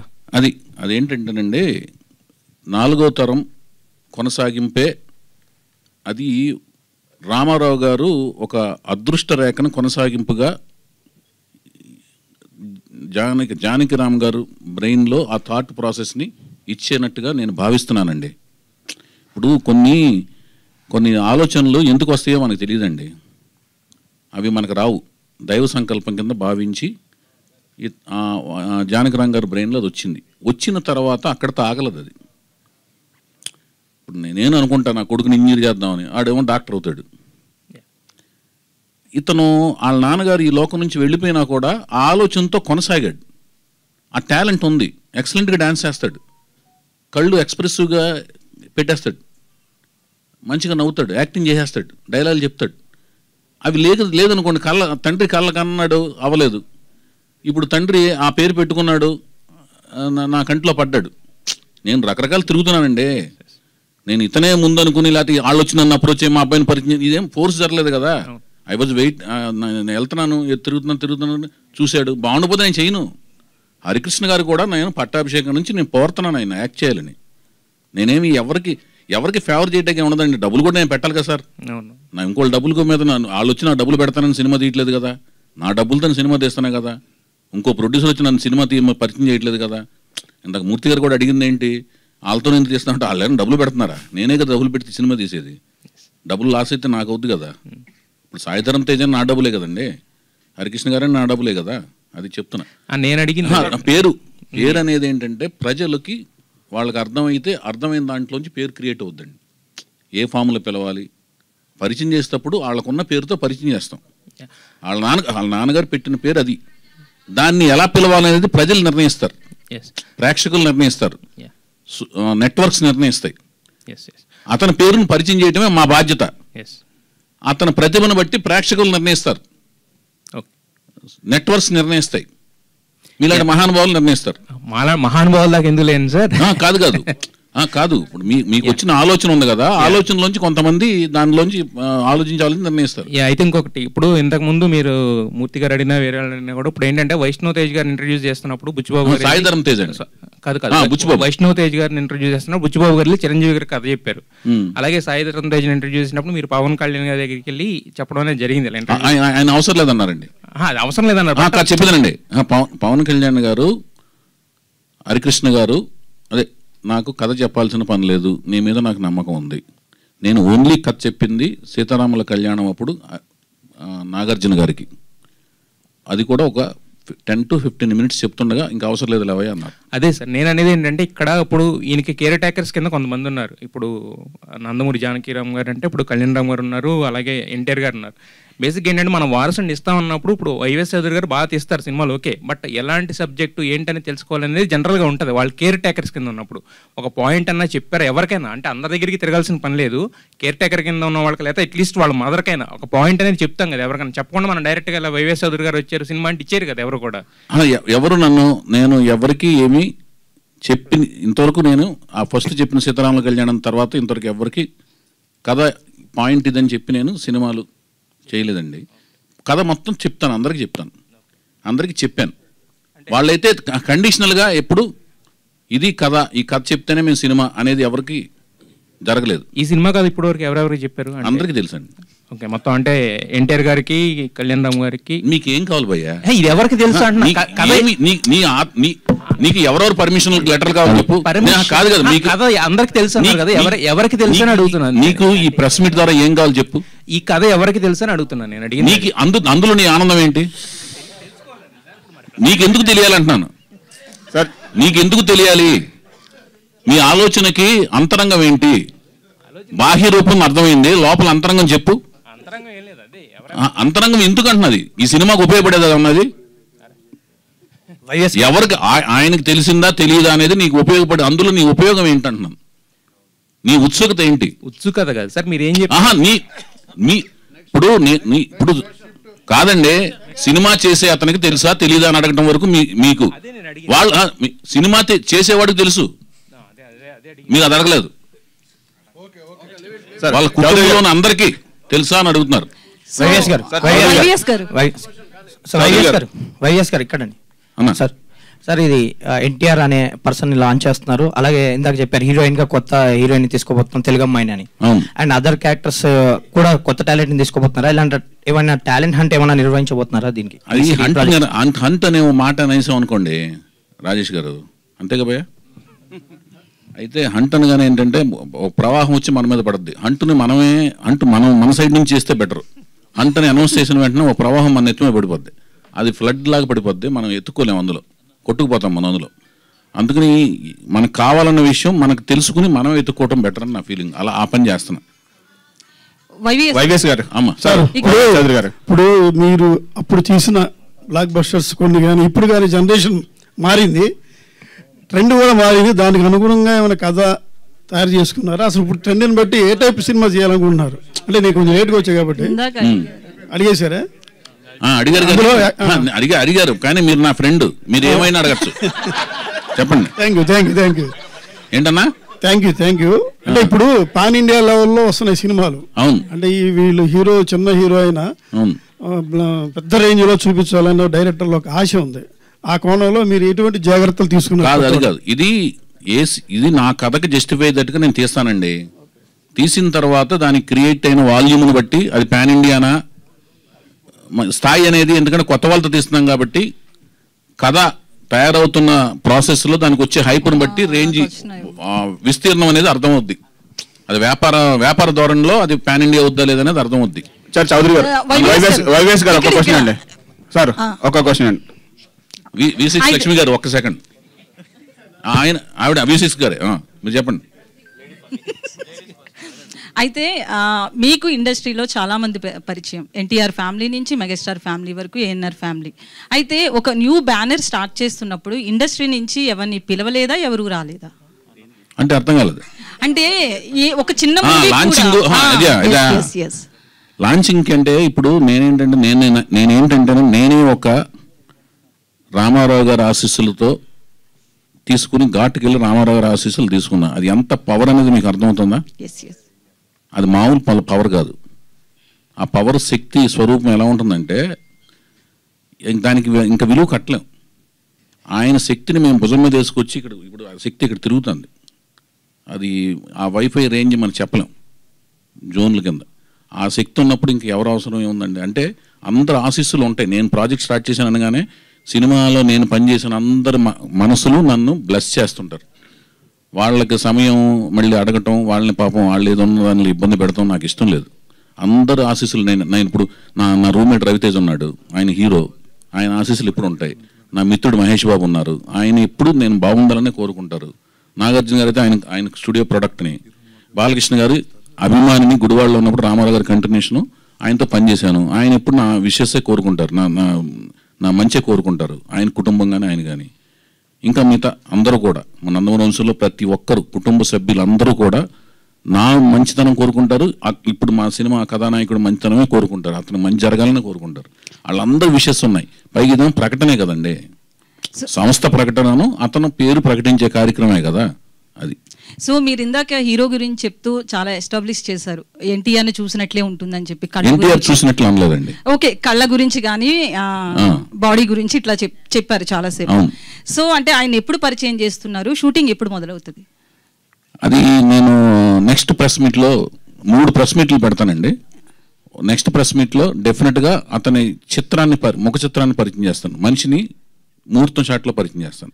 So final question, last 10 years నుంచి కూడా మీరు ఇండస్ట్రీకి దూరం ఉన్నారని కాదు కానీ మూవీస్ రాలేదు. అంత హిట్స్ ఇచ్చిన ఒక డైరెక్టర్ అన్నేళ్ళు ఎందుకు గ్యాప్? అంటే ఇందాక మీరు చెప్పిన ఆన్సర్ అయితే సాటిస్ఫాక్షన్ లేదు, సో అందుకే మళ్ళీ రిపీట్ చేస్తున్నా. గ్యాప్ నేను 2018 నుంచి సినిమా తీద్దాం అనుకుంటున్నాను అండి. మధ్యలో కరోనా వలన అమెరికా వెళ్ళిపోయి బ్లాక్ అయిపోయి 1.5-2 years. కరోనా టైంలో అమెరికాలో బ్లాక్ అయిపోయాం. 1.5-2 years అక్కడే ఉండిపోయాను. అప్పుడు అనిశ్చిత అండి, నేను కొత్త వాళ్ళని అనుకుంటున్నాను, కొత్త వాళ్ళతో ప్రాజెక్టులు ఫోన్లో ఫైనలైజ్ కాలేదు, అమెరికాలో ఉండిపోయాను. 1.5 years బ్లాక్ అయిపోయాను. రేకి 18కి మధ్యలో చాలా గ్యాప్ ఉంది కదా. అదే ఆ 18లోనే నేను ప్రిపేర్ 2 ఏళ్ళు, నేను సినిమాకి 2 ఏళ్ళు అండి. ఇప్పుడు 2003లో సీతయ్య అండి, 2006లోనే వచ్చింది దేవదాసు. 3 ఏళ్ళ గ్యాప్ అక్కడే ఉంది. సో మేడం గీత గారు,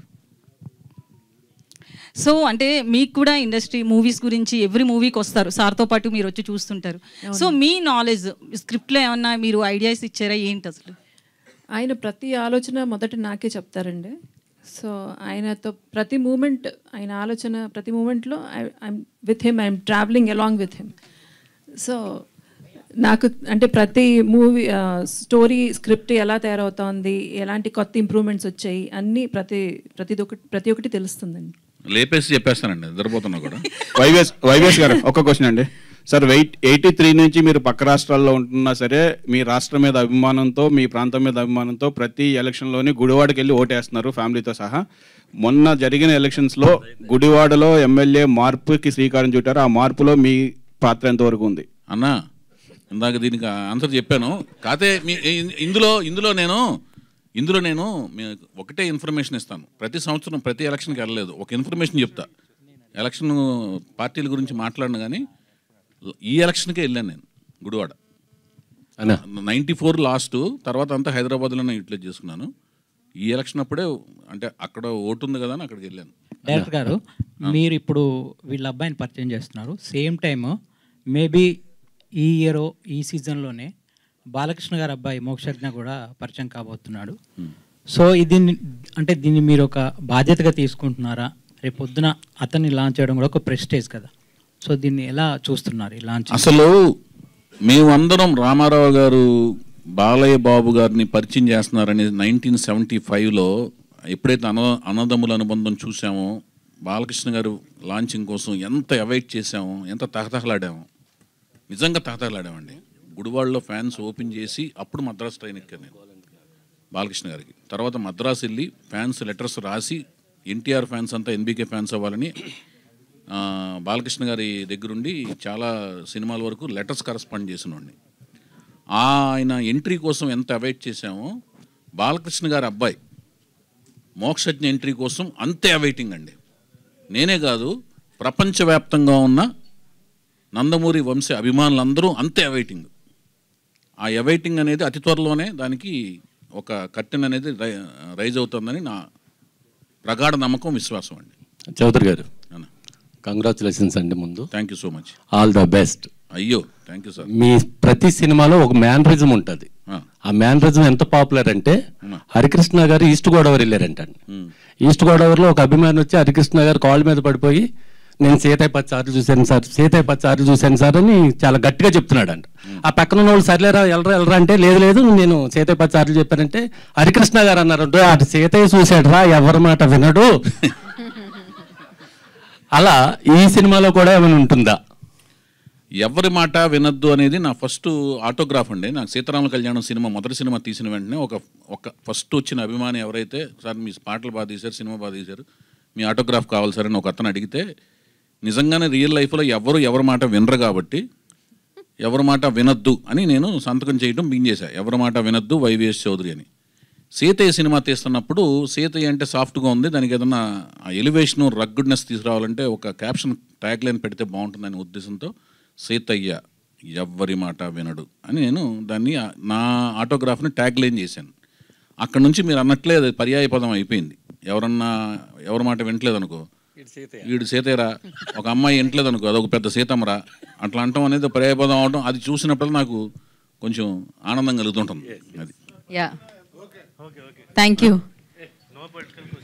యూ బ్రదర్స్, మంచిగా అడిగారు, నన్ను చక్కగా సేఫ్ గార్డ్ చేశారు. ఈ సినిమా ఈ ప్రాజెక్ట్ అయ్యేంత వరకు నన్ను చక్కగా సేఫ్ గార్డ్ చేసిన ప్రపంచానికి పరిచయం చేయండి. నేను మంచి ప్రోడక్ట్ కష్టపడి తీస్తాను, నమ్మకంగా తీస్తానని మీకు ప్రామిస్ చేస్తున్నాను. కష్టమైతే పడతాను చాలా. So thank you YVS Chowdary గారు అండ్ గీత గారు, thank you so much and all the very best NTR 8 కి.